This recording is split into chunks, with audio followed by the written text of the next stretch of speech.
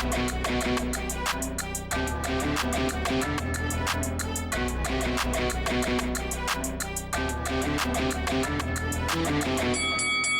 guys, welcome to Boxing Squared for boxing news and views from around the internet. The rising American prospect Jared Anderson is set to face the toughest test of his career December 10th when he faces Jerry Forrest. So this will be on the undercard of Teofimo Lopez versus Jose Pedraza. So I quite like this fight for Anderson because it is a step up. He's been asking for it, and Top Rank has said that it's going to be coming. Bob Arum's been talking all sorts of stuff, what they think for the next year or so. But this is a step towards that. More recently, he's been facing a diet of sort of European fighters with bloated records and largely been inactive. And for the most part, their record has flattered to deceive. They've been outmanned, outgunned by Jared Anderson, who was simply too good.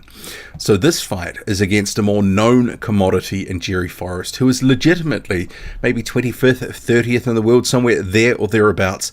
He is a guy that if you're not good enough, he will beat you. He's put on some very good displays in recent years against some tough fighters.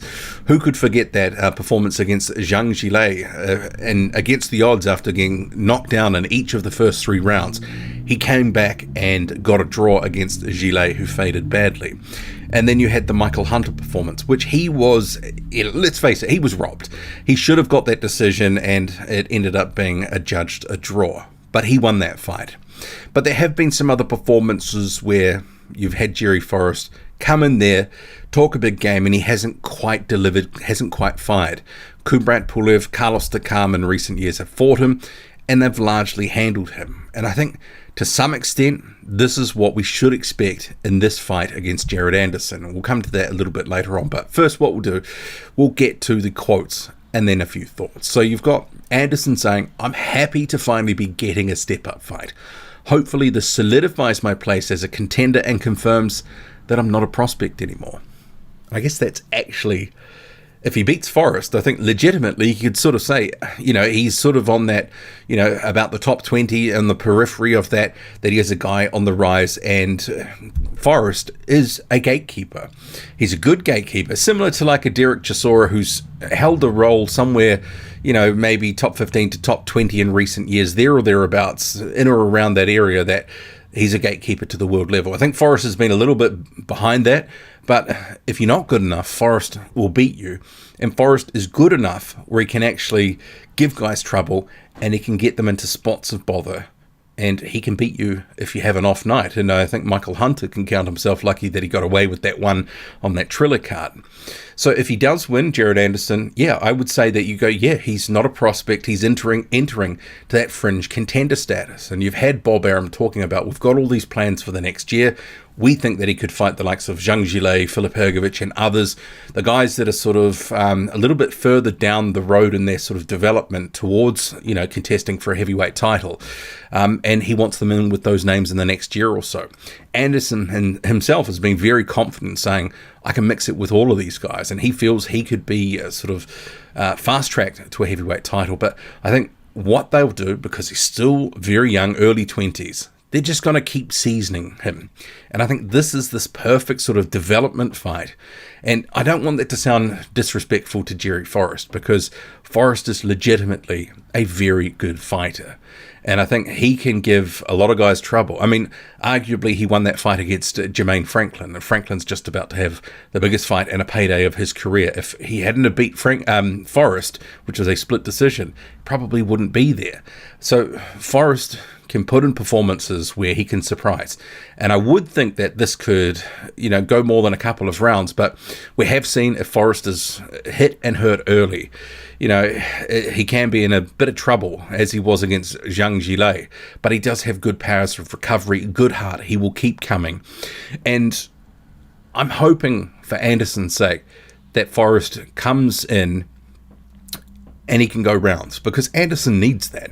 There's no point him just getting some rounds in the gym and then getting fed guys that are not going to force him and test him in fights and give him something to think about.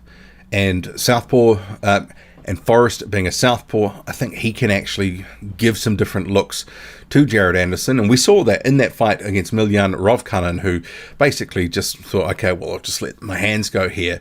Anderson didn't have it all his own way. He tried a few things, got caught a couple of times, nothing serious, of course, and ultimately he blew through Rovkanen in a couple of rounds. Forrest, meanwhile, in his training camp quotes, says, "I'm in camp now. I'm excited and motivated to make a big statement. Jared is the up-and-coming fighter, and all the pressure is on him.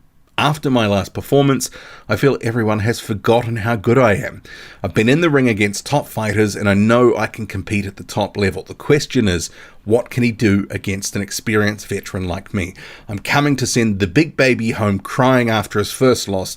This will be a great fight for the fans in attendance at Madison Square Garden and those watching nationally on ESPN, and also, like myself and many of you, internationally who'll be watching that fight." And a good point for Forrest there. He talks about people have forgotten about him after his last fight. That was against Kubrat Pulev, who heading into that one, Jerry Forrest looked like he had a real shot. I mean, the question was, what did Pulev have left? And apparently enough to deal, and relatively comfortably so, at the end of a jab and a right hand with Forrest. So that was one of those fights, and it's kind of, Forrest has had a couple of performances, Carlos Takam, the other notable one in recent years, where he's gone into those fights with a real shot at winning, and he's just blown a little bit hot and cold with his performances. Against Michael Hunter, he was on point, and I think some of it comes down to the style matchups and maybe some guys in and around his height he's performed well against, and Takam, a little bit shorter, he had a slightly different style, and Pulev, taller and utilised his range. And I think Anderson is going to use the height and the reach, and I think he'll probably be switching a bit, as he likes to do. And I think the speed of the jab and the combination punching is going to be key here for Jared Anderson. And I do think Anderson will get the win here, but I'm interested to see how he handles the step up, because this will be the first of many. Jerry Forrest is no pushover, and if Anderson can go in here and really deal to him like some others who we've mentioned in this video have not, bearing in mind, Forrest has been rounds with, the distance with Michael Hunter, Kubrat Pulev, Zhang Jilei, some of the Carlos Takam. Some of these fights he ended up taking some punishment and down on the canvas, but he kept coming and he showed his heart. So if Anderson can really go in there, break him down over rounds and take him out, or even if he took him out early, it would be a statement of sorts. For a guy who's 12-0 and this would be his 13th fight, it'd be a statement to the rest of the division about his progress and also his prospects heading forward. So I like the fight for Anderson, and I hope Forrest really brings it and shows us what he's got, because Anderson needs to be pushed, needs to be tested. What do you make of it all? Drop a comment, loud and often, hit like, hit subscribe, follow me on Twitter, boxing_squared. I'm out.